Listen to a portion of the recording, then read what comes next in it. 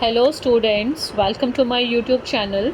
My name is Advocate Chetna, your law tutor, and I have come up with the Hindu law series where we'll be covering 4 minor acts of your Hindu law, which are the part of your curriculum, your academics.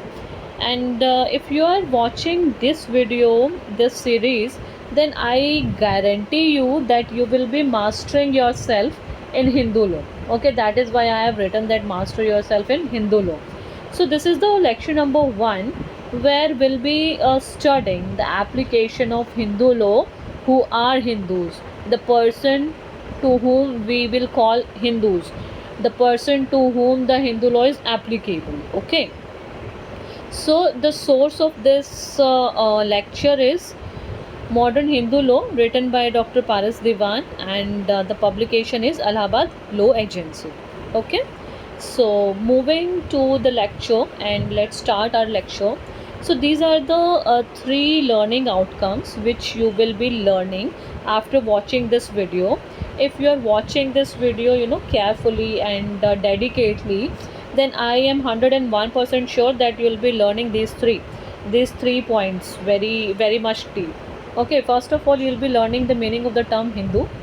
Then we'll be studying what is the application of Hindu law and who are the Hindus, which is the topic of our lecture. Then who are the persons to whom the Hindu law is not applicable. Okay, so these are the things which we'll be covering in this lecture. Let's start. So students, first of all, you should know the meaning of the term Hindu. Though everybody know about Hindu is a religion, everybody know about this, but let's dive deep into this word, because this Hindu word, it has a little great history behind it. This word, it is derived from Indo-Aryan and Sanskrit word Sindhu, which means a large body of water covering river and ocean. This word, this Hindu word, or you can say Sindhu word, it was first of all used by Greeks and Persians, but Persians, they were not good at pronunciation, so they mispronounced the letter S and they pronounced it as H. So the word Sindhu, it became Hindu. But at present, this Hindu word, this term, it has lost its territorial significance, it has lost its creedal significance, nor it is a designation of any nationality. Okay, these are the 4 points which are not very much important, but if you know these points, that will definitely enhance your knowledge. And if you write 1 or 2 point in your introduction part while writing about application of Hindu law or who are Hindus, if you're writing the meaning of the term, that will give you a good mark, or that will give you a good impression on your examiner. Okay, so now this Hindu word, this term Hindu, it was not strictly defined in terms of religion even before the codification of the Hindu law. So the codification, you must know the meaning of codification. See students, I have given a very little and precise example of what is codified law. A law which is written, a law which is organized, a law which has the collection of legal rules and regulations, and which is organized into a formal code or book of law, is known as a codified law. Okay, so can anybody give an example of codified law? Yes, of course, I have written it in the center. The civil code or the criminal code, what are these? These are our codified law. These are given the assent of president, and these have been passed by the parliament. That is why these have become the codified law. Okay, so can anybody tell me what is the difference between codified law and uncodified law?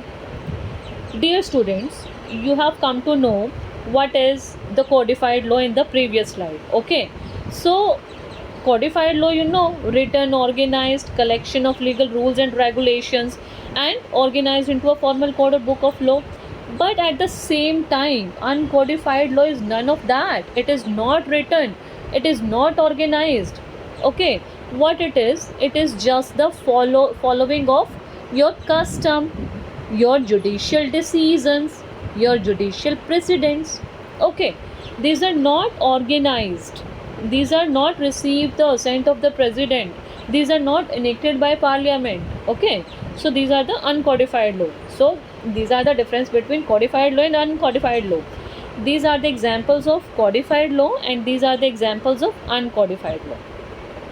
First of all, let's know about the examples of uncodified law.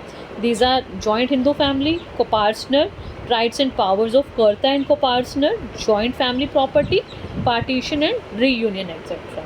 But here these four examples, which are four minor acts of your Hindu law, which you will be studying in this series, these are the examples of codified law. There is a proper statute on these laws. These are the different acts. Hindu Marriage Act 1955, Hindu Succession Act 1956, Hindu Minority and Guardianship Act 1956, Hindu Adoption and Maintenance Act 1956. These are the codified law. Okay. Now next move to the next slide. So this is our second learning outcome. First was the meaning of the term Hindu. Now this is the application of Hindu law and who are Hindus, who are the person to whom we will call Hindu and who are the person to whom the Hindu law is applicable. So we know, everybody knows that the majority of Indian population is Hindu. Okay, but even though there is no precise definition for the term Hindu in any statute or in any judicial pronouncement, okay, though we are studying the term Hindu, but there is no precise definition, but we will collect the definition of Hindus from these three parts. Okay, the codified law, the examples of codified law which are here: Hindu Marriage Act, Hindu Succession Act, Hindu Adoption and Maintenance Act, Hindu Minority and Guardianship Act. Section 2 of these three acts and section 3 of this act. Okay, this give these section, this section and this section, it tells us about who are Hindus. So from the study of this section we will come to know that Hindus are divided into three parts. First is Hindu by religion, second is Hindu by birth, and the third is the persons who are not Muslim, who are not Christian, Parsi or Jew, and who are not even governed by any other law.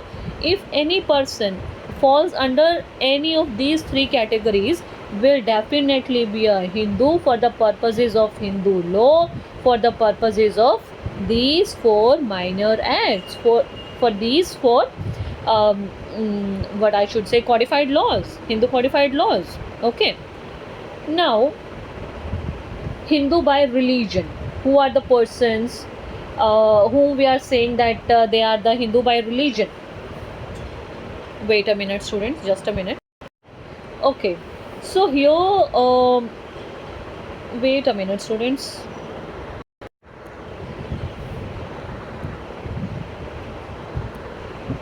Okay, so here are Hindu by religion, Hindu by birth and Hindu by students, I'm just getting a little technical error, please don't mind it. Okay, let's continue with our video. So in the previous slide what we did about the person who are Hindus, and there were three parts of Hindus: Hindu by religion, Hindu by birth, and the persons who are not Muslim, Christian, Parsi or Jew, and who are not governed by any other law. If a person who is Muslim, Christian and Parsi and Jew, definitely is not a Hindu, but if he is not fallen into that religion, he will come to a Hindu. But for that, to become a Hindu, for a person who is a non-Hindu to become a Hindu, he has to prove that he is not governed by any other law. If he is governed by any other law, then he will not be governed by Hindu law, and he definitely he will not be a Hindu. Okay, so first is Hindu by religion. Hindu by religion, the persons who are originally Hindu, Jain, Sikh, or Buddhist by religion will be a Hindu. Okay, and the person who is originally a Hindu, or who is originally a Jain, or who is originally a Sikh, or who is originally a Buddha, if any person is falling into these four categories as a Hindu, you should know and just fix it in your mind that he is a Hindu. But for a chance he is a Hindu, and if he is converted into a non-Hindu religion, for instance, just say that he is converted into Muslim, he is converted into Christian, he is converted into Parsi, he is converted into Jew. Okay, but after the conversion, he realizes that no, he was good into the Hindu religion, and he is again converted into the Hindu religion. So, this person, if he is converted either into this, or this, or this, then he will be a Hindu. So, this is the case of reconversion, because originally he was a Hindu, but he got converted into this, but again he got converted into this Hindu. He has again become Hindu. This is the case of reconversion. And what is the case of conversion? There is a non-Hindu person, and for whatever reason he is converting his religion, and he is converted into either Hindu, either Jain, either Buddhist, or either Sikh. Then he will be a Hindu. In that case, he will be a Hindu. So this is the case of reconversion and conversion. The person who are the converts or reconverts to the Hindu religion will be a Hindu. And there is also a person who is Hindu by declaration. Okay, there are the person who are Hindu by declaration. If anybody has declared that he has started following the Hindu faith, and he has started following the Hindu faith without any bad intention, or he has declared that expressly or impliedly and bona fidely, then he will be a Hindu. Okay, here comes Hindu by birth. Who are the persons who are Hindus by birth? For that, the religion of his parents will be seen, and when the both of the parents at the time of his birth are Hindu, that child will be a Hindu. Okay, and no matters after the birth of the child any of the parent changes his religion, okay, the child will remain be a Hindu, because we are emphasizing his birth at the time of his birth, the religion of the parents at the time of his birth, then he is a Hindu. If the religion was a Hindu of his parents, then the child will be a Hindu. Okay, and if one of the parent is Hindu, then also the child will be a Hindu. The condition is that he is brought up as a Hindu. Okay, he is brought up as a member of that tribe, that family, that custom, and then only he will be called as Hindu, when one of his parent is Hindu. Then is person who are not these Muslim, Christian, Parsi or Jew, and who are not governed by any other law. Okay, so here you have to see 2 points, that is before the codification and after the codification. Before the codification, Hindu law was applicable to every person. Okay, but for the non-application of Hindu law, he had to prove that he is followed by or he is governed by any valid local, tribal or family custom. Okay, for the non-application of Hindu law, he had to prove that he is governed by these customs. But what happened after the codification? After the codification, a person has to prove this he was proving in the before the codification also, and after the codification also he had to prove that he is not governed by any other law.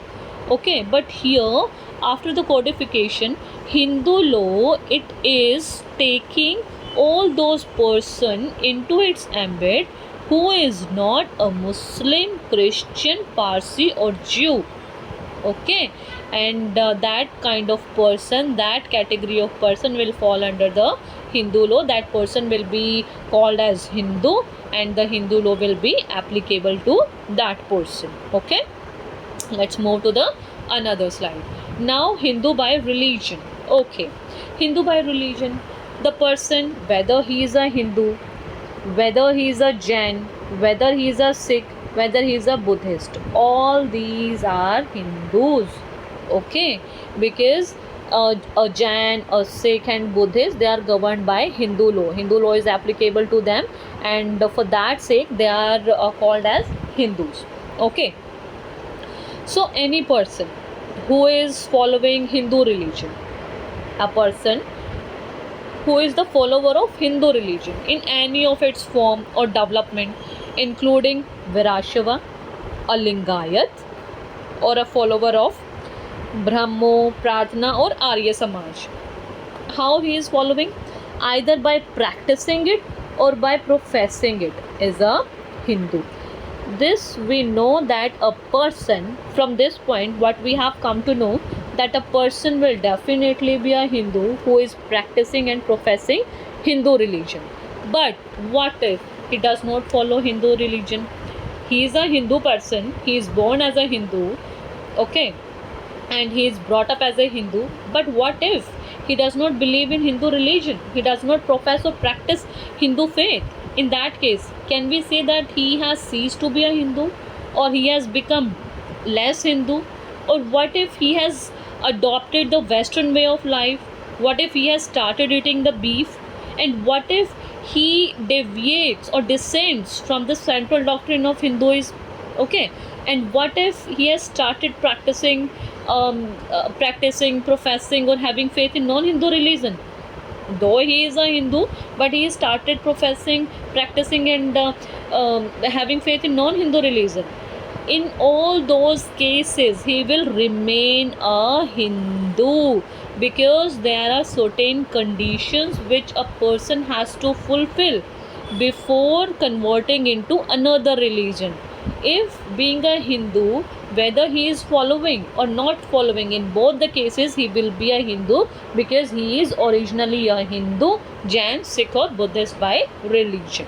Okay, no matters whatever he is doing, whether he is eating beef, whether he has adopted the Western way of life, that is his choice. Hindu law is giving him that much freedom that he can do all those things, but that does not make him a less Hindu, or does not cease him to be a Hindu. Okay, so next, we have talked about the converts or reconverts. I hope that I have explained to you who are the converts and reconverts. So let's do it in very brief. Who is the convert? Whom will you say the convert? A convert. A convert is a person who renounces his faith, and adopts another. Okay, a person who was a Hindu, he is renouncing his faith, okay, and he is adopting Muslim religion. He has become a non-Hindu now. Okay, this is a very simple sentence and quite understanding, that a person who renounces his faith and adopts another becomes a non-Hindu. Okay, but for the conversion, what he has to do? He has to undergo some ceremonies of conversion which are prescribed by the religion to which he is getting converted into. Okay, and in the previous slide, what I have told you, that he does not cease to be a Hindu, or he does not become a less Hindu if he is doing all these four things. Okay, so to convert into another religion, he has to follow, or he has to undergo the ceremony of that religion which that religion is prescribing, which that religion is sought. Okay, if a person, if he is merely renouncing his original faith, okay, how he is renouncing his original faith? By not practicing it, by not professing it. He does not become a non-Hindu mere by renunciation of it.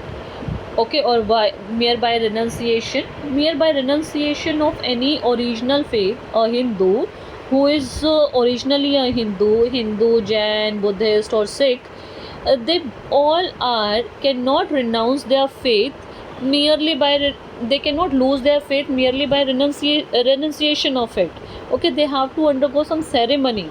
Supposingly, if we take by example, if a non-hindu person, let's say Parsi, let's say Muslim. Wait a minute, students.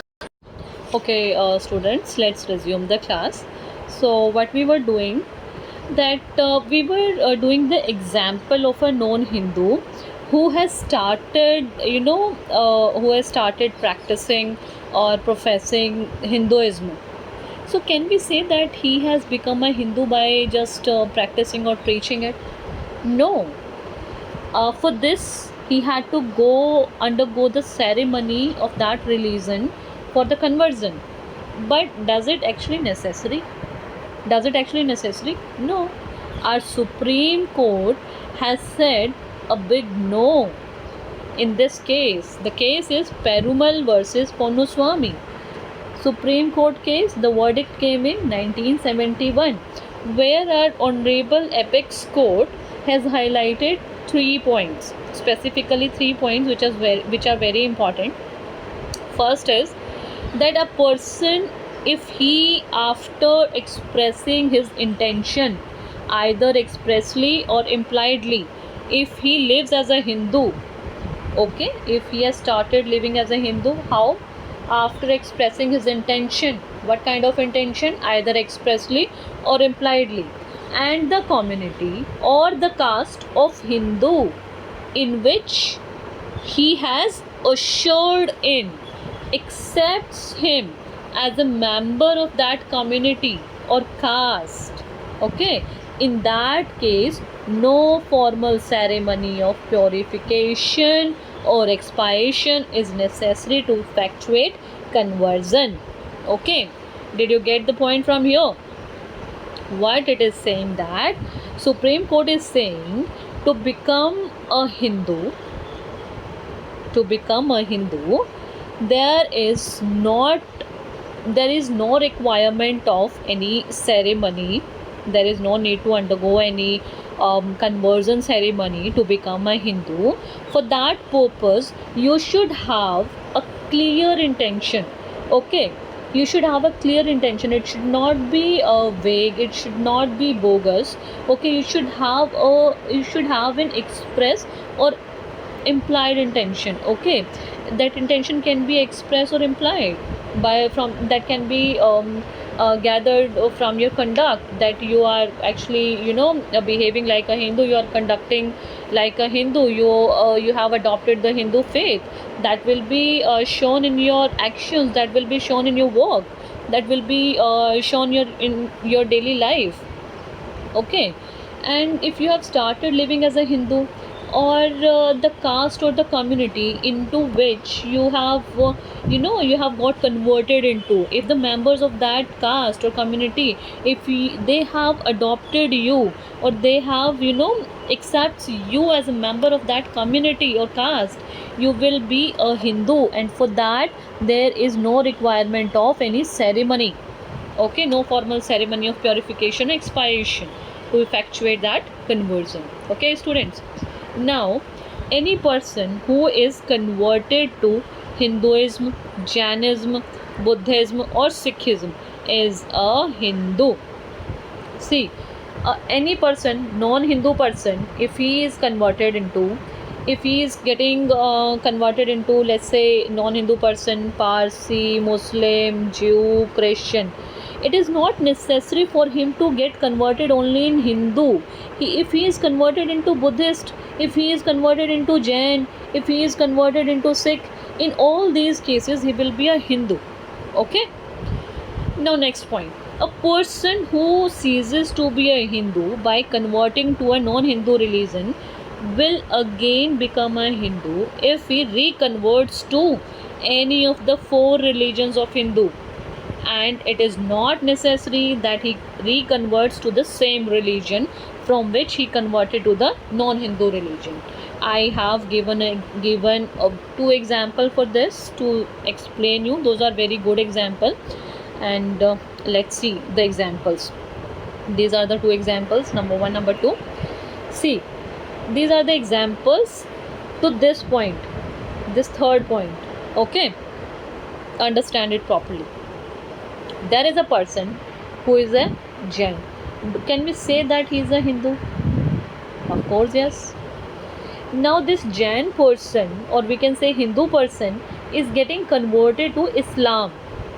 Okay, and again he has converted, he has changed his religion, and he is converted into Sikhism. Is he Hindu here? Can we say in both the cases he is Hindu? He was originally a Hindu because he was Jain, but he reconverted into Sikhism, which is also a Hindu. So from these, in these two cases, he is a Hindu. Okay, but can we say that this is the conversion? Technically, this is not conversion. This is double conversion, because originally he was Jain, though technically he was Hindu. Okay, originally he was Jain, he got reconverted into Sikhism. He is not reconverted into Jain, he got reconverted into Sikhism. Okay, though as per the statute, as per law, he is a Hindu, but technically this is a double conversion case. Okay, now the second example is of a Hindu, a person who belongs to scheduled caste. He is getting converted into Christian. He has become non-Hindu here. He is Hindu here, but he has become non-Hindu here. Okay, and again he reconverted into Hinduism. Can we say that a scheduled caste person who reconverted into Hinduism will go into his original caste? That depends. That depends on the members of this community, whether the member of this community accepts him to their fold. Then only he will be Hinduism. Then only he will be, he will be a member of scheduled caste, when the members of the scheduled caste accept him as the member of their community, though he originally was scheduled caste, but after reconversion he has become a Hindu.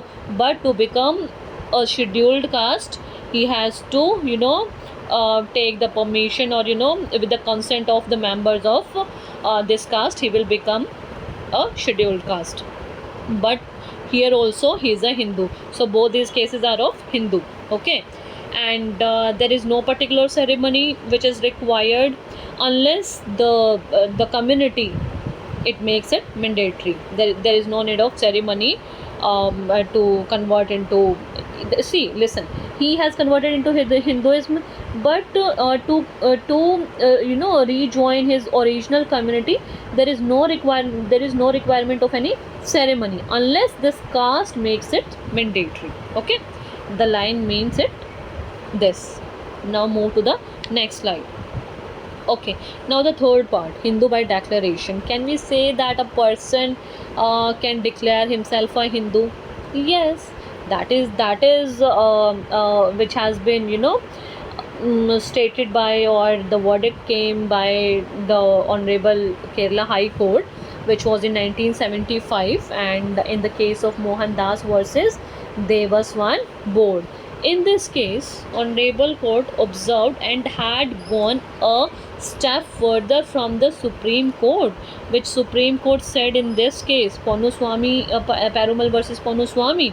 What Kerala High Court is saying, that if a person declares that, if he is declaring that he is a follower of Hindu faith, and such declaration is bona fide and not made with ulterior motive or intention, it amounts to his having accepted the Hindu approach to God. What does this line mean? This is very simple. He can be a Hindu by declaration if his declaration is bona fide and not made with any ulterior motive or intention. He should be, he should have good faith in his declaration.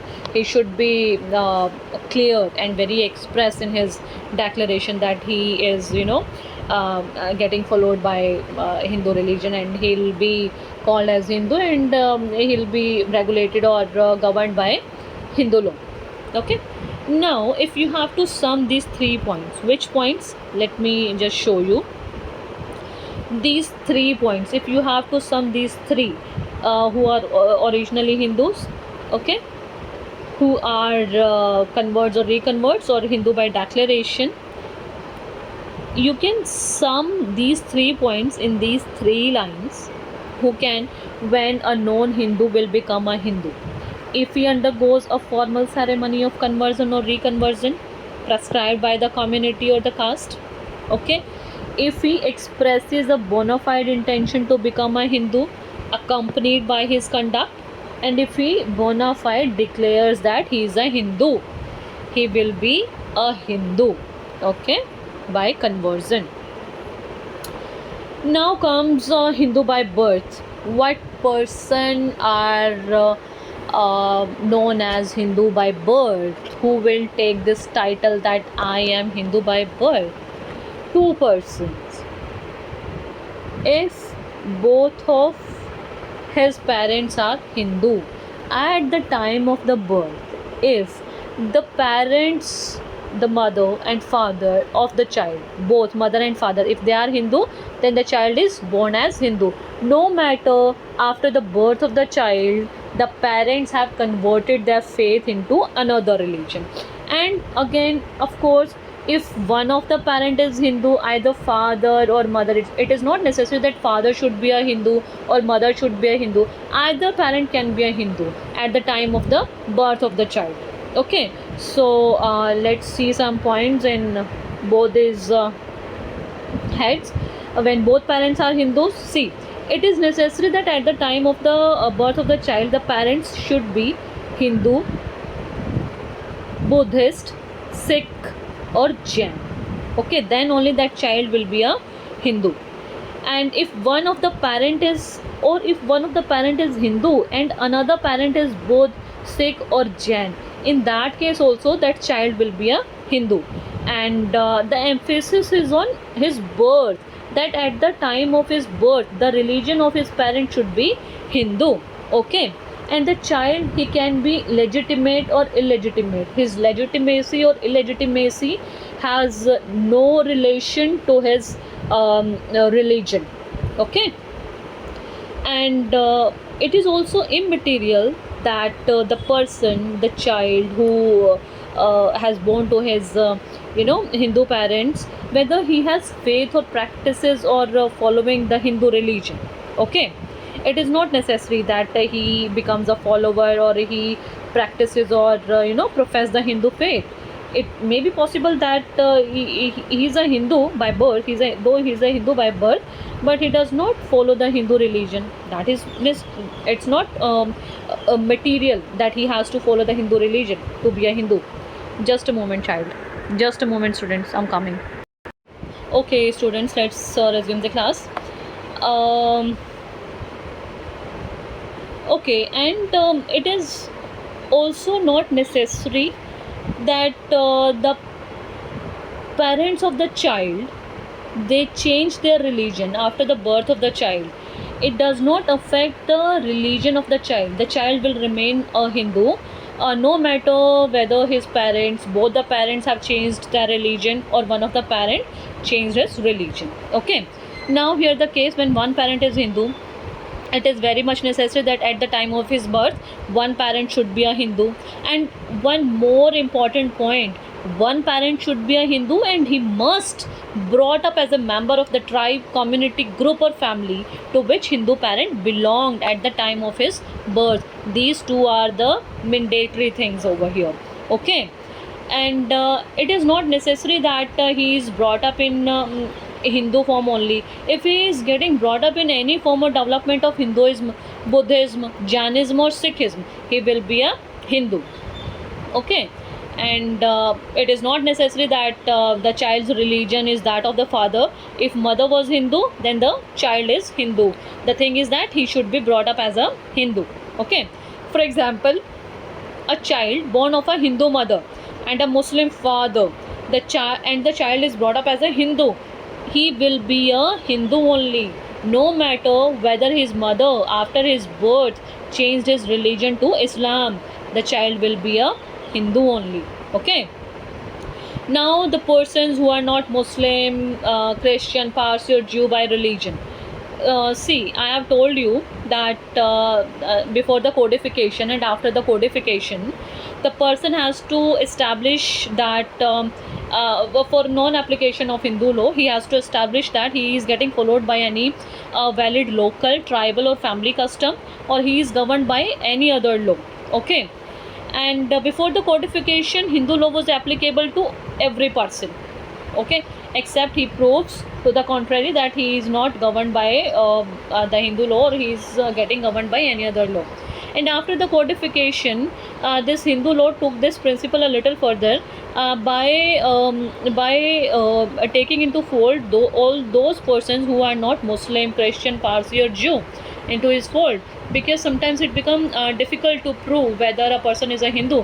However, it is very easy to prove that he is not a Muslim, Jew, Parsi or Christian, because if negative is proved, then it is that person will be presumed as a Hindu. Okay. And one more kind of person will come into this category, may fall under this category, who believes in all the faiths. They also belong to this category. And also, if a Hindu person, if a Hindu man, if he marries to a non-Hindu woman, and if the custom allows him to marry to a non-Hindu woman, then his wife and his children will be Hindu only. Okay. Now, this is the non-application of Hindu law. These are the persons to whom the Hindu law is not applicable. So, who are these persons? These are the members of the scheduled tribes who are coming within the meaning of clause 25 of Article 366 of Constitution of India, unless the central government by notification in the official gazette directs that any of the enactments shall apply to them also. Okay. And if before the codification, if any of the scheduled tribe was governed by Hindu law, it will continue to be governed by it. However, it will be uncodified Hindu law that will apply to them. Okay, students, I think and I hope that I was able to let you understand about the application of Hindu law and who are Hindus. So thank you so much for watching this video. And the main purpose not to let you watch this video. The main purpose was to reach you. The main purpose was to let you understand who are Hindus and to whom the Hindu law is applicable. Okay. So students, watch this video nicely, watch this video dedicatedly, and because from this video you will not only be getting the understanding of this application of Hindu law, but you will be getting your notes as well. If you are going through the video and if you are going through the slides, your 20-mark question is prepared. Okay, you need not go to anywhere else. Okay, you need not go to prepare anything else. You need not go to any you need not to do Google or to go any other search engine to search more about this. This is sufficient material.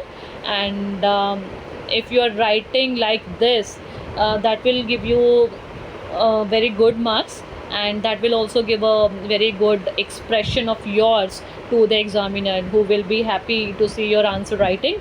And that also shows your knowledge. Okay, if you are writing your answer like this by doing the bifurcation, or by making the table, or by making the arrows, or by in diagrammatic form, or by making the points, that is